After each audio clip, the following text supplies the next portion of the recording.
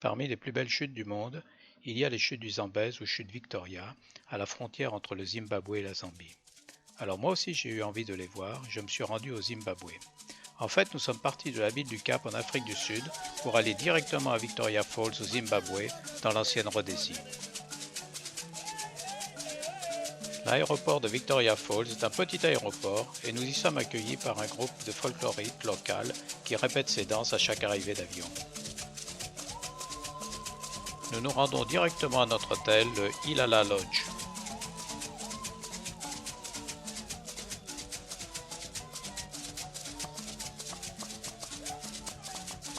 Cet élégant et confortable hôtel familial cultive son style colonial tant par sa décoration que par ses boiseries en teck.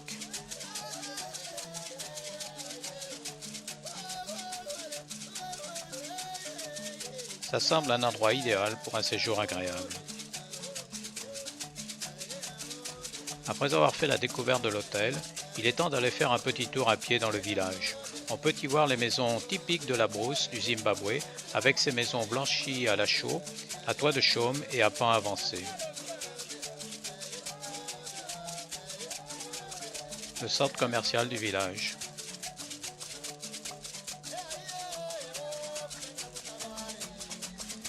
Vers 17 heures, nous embarquons sur le Moon Dancer, un bateau à fond plat pour une balade sur le Zambèze et un dîner aux chandelles.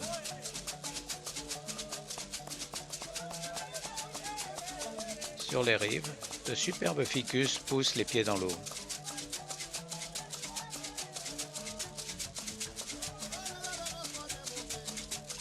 Nous sommes sur le vaste plan d'eau qui se situe en amont des chutes.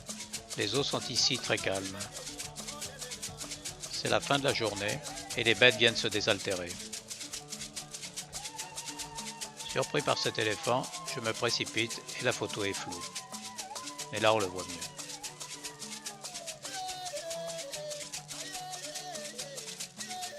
Nous sommes ensuite gratifiés par un superbe coucher de soleil sur les eaux calmes du Zambèze.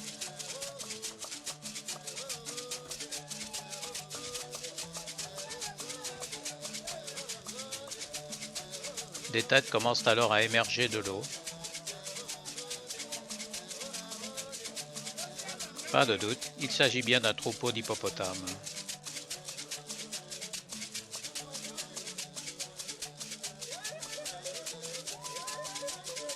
Deux mâles décident de se mesurer.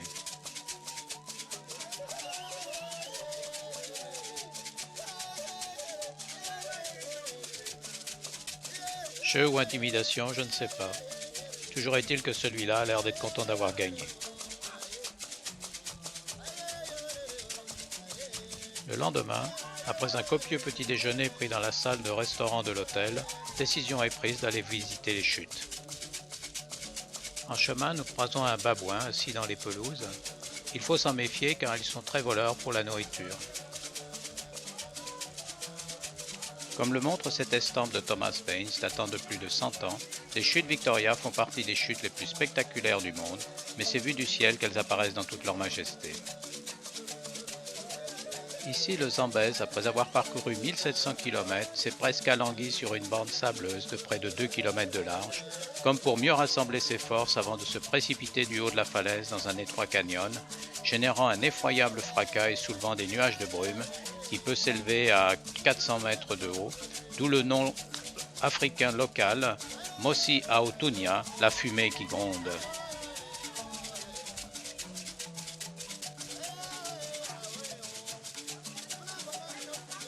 À l'entrée du site, on nous explique qu'à cet endroit, le Zambèze s'écoule sur un plateau de basalte de 300 mètres d'épaisseur qui s'est formé il y a 150 à 200 millions d'années au Jurassique. En refroidissant, la lave s'est craquelée, formant les canyons que l'on voit aujourd'hui. C'est en 1855 que David Livingstone, un médecin missionnaire écossais, fut le premier Européen à voir les chutes et leur donna le nom de sa reine. On voit bien ici le socle de basalte avant que les eaux du Zambèze se précipitent dans le vide par la cataracte du Diable et rejoignent le fond du canyon. L'érosion est très lente et rien ne semble avoir changé en 100 ans depuis la vue peinte par Thomas Paine.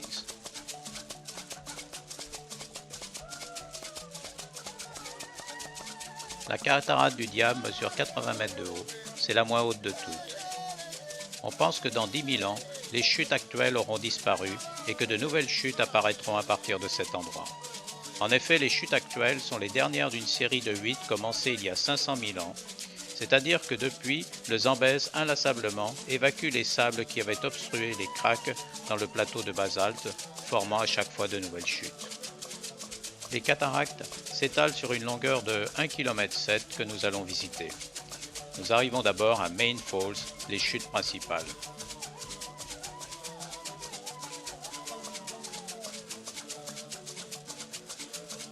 La hauteur est ici d'environ 100 mètres. Au plus haut, elle mesure 108 mètres.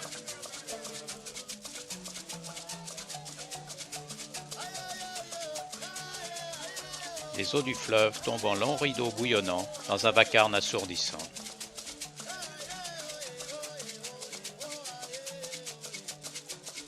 Puis viennent Horseshoe Falls, les chutes en fer à cheval, séparées des précédentes par une île. Elles sont suivies de Rainbow Falls, les chutes aux arcs-en-ciel, qui tirent leur nom des radieux effets de la lumière dans les embruns.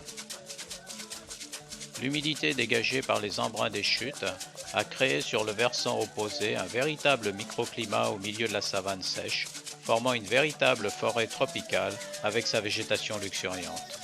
Et bien que nous soyons en hiver austral, la nature nous offre diverses espèces de plantes qui sont en fleurs. Par exemple, celle-ci s'appelle Ageratum conizoides ou arbre à femme, allez savoir pourquoi. Là, il s'agit d'une Lobelie érine. Elle forme de beaux parterres fleuris.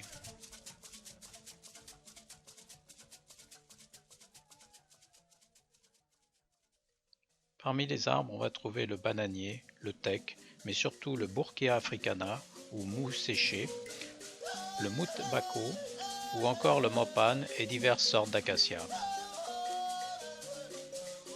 Nous revenons sur le chemin qui longe les chutes et nous poursuivons notre visite.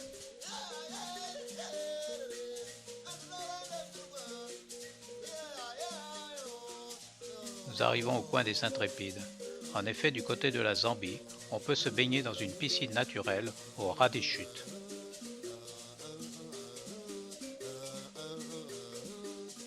Ou encore se promener au ras du précipice. Frisson garanti.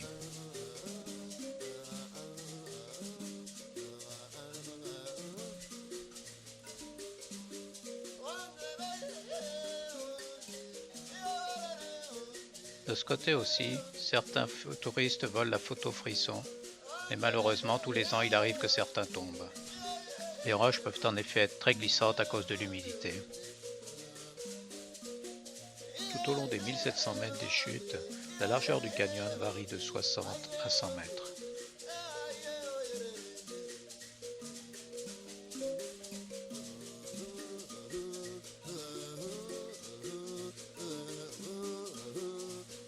On arrive aux chutes orientales qui marquent l'extrémité est des chutes Victoria avec le canyon d'écoulement qui part vers le sud. Le Zambèze passe alors sous le pont des chutes Victoria. Inauguré en 1905 et initialement construit pour le chemin de fer, il est haut de 128 mètres. On peut y pratiquer le saut à l'élastique sur une hauteur de 110 mètres. Autre frisson garanti. Des singes vervets ou vervets bleus, petits singes de 30 à 40 cm de haut et pesant 4 à 5 kg.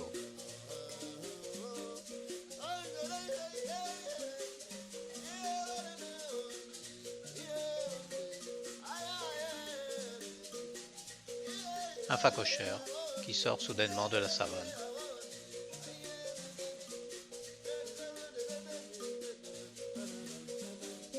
Pour rejoindre la sortie du parc, nous devons remonter les 1,7 km des chutes et je vous laisse admirer le paysage.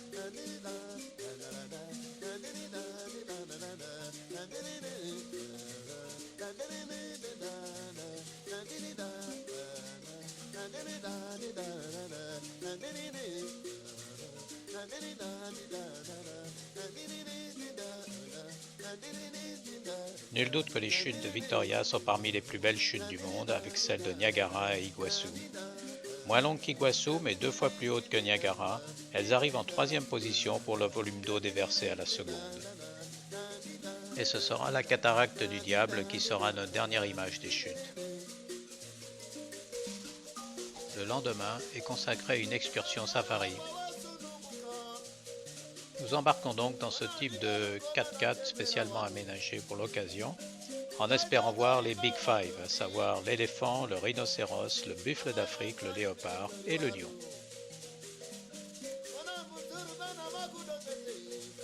Après un petit trajet dans la brousse, nous arrivons à la réserve privée Stanley and Livingstone. Dès l'entrée de la réserve, nous sommes accueillis par cette femelle Koudou. La pauvre ne sait pas que quelques jours auparavant en Afrique du Sud, j'ai mangé un morceau d'une de ses congénères, accompagné d'un morceau de springbok. Un élan du Cap caché dans les arbrisseaux. Appelée aussi éland, c'est la plus grande antilope d'Afrique.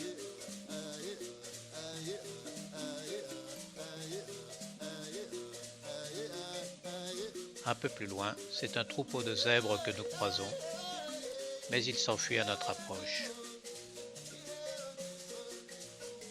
Ils doivent rester groupés, car grâce à leurs rayures, tant qu'ils sont ensemble, les lions n'arrivent pas à les distinguer, sauf s'ils sont isolés. Une girafe en train de brouter le haut de ses arbustes piquants.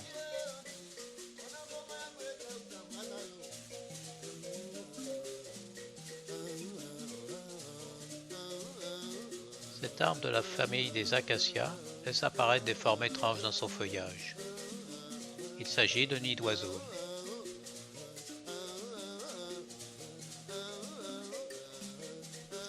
Ici, nous croisons une colonne d'éléphants de rangers. C'est un moyen pratique, mais surtout très sûr, de surveiller le parc. Ici, nous avons des impalas, de charmants bovidés de la famille des antilopes.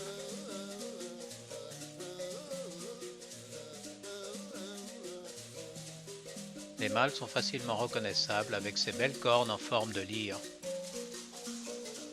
Notre chauffeur décide de faire une petite pause. C'est alors que la colonne d'éléphants arrive également au camp.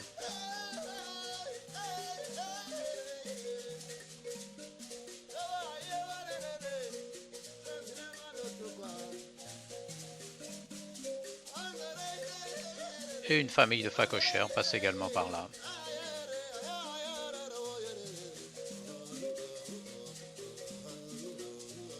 On remarquera la terre très rouge, riche en oxyde de fer.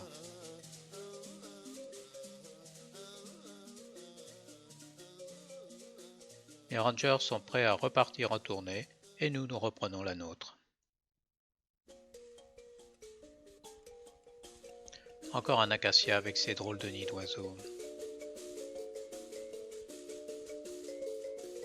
Je scrute la savane en espérant voir un des Big Five, mais ce sera un hippotraque que nous rencontrons. L'hippotraque ou antilope noire est un mammifère herbivore. C'est un bovidé qui aime la savane boisée et que l'on reconnaît à ses cornes courbes. Aurons-nous la chance de voir Sa Majesté le lion ou un des Big Five? Eh bien, c'est un beau spécimen de rhinocéros qui se présente devant nous, bientôt suivi d'un deuxième.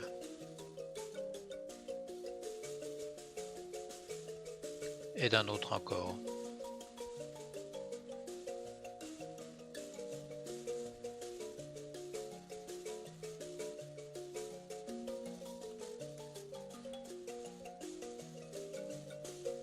On remarquera que pour éviter tout problème avec les braconniers, on leur a coupé leurs cornes.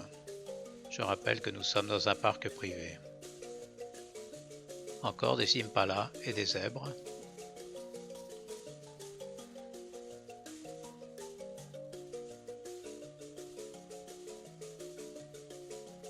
Notre chauffeur ralentit et voit un serpent qui nous dit être très venimeux.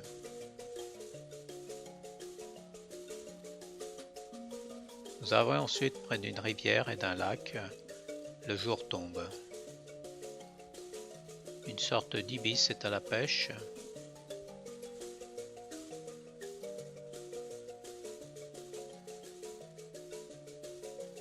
J'espère voir un lion venir se désaltérer, mais ce ne sera pas pour ce soir.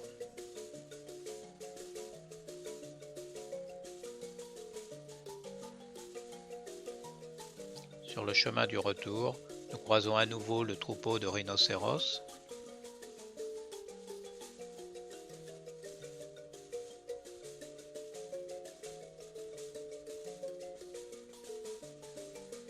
Et un groupe de zèbres. Ils ont l'habitude de venir en cet endroit car au début de la création du parc, on les nourrissait. Alors ils reviennent chaque soir en cet endroit, espérant trouver de la nourriture.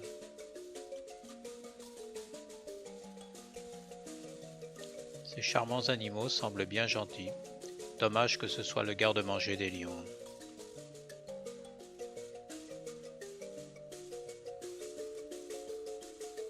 Et pour terminer, quelques femelles impala qui cherchent un refuge pour la nuit.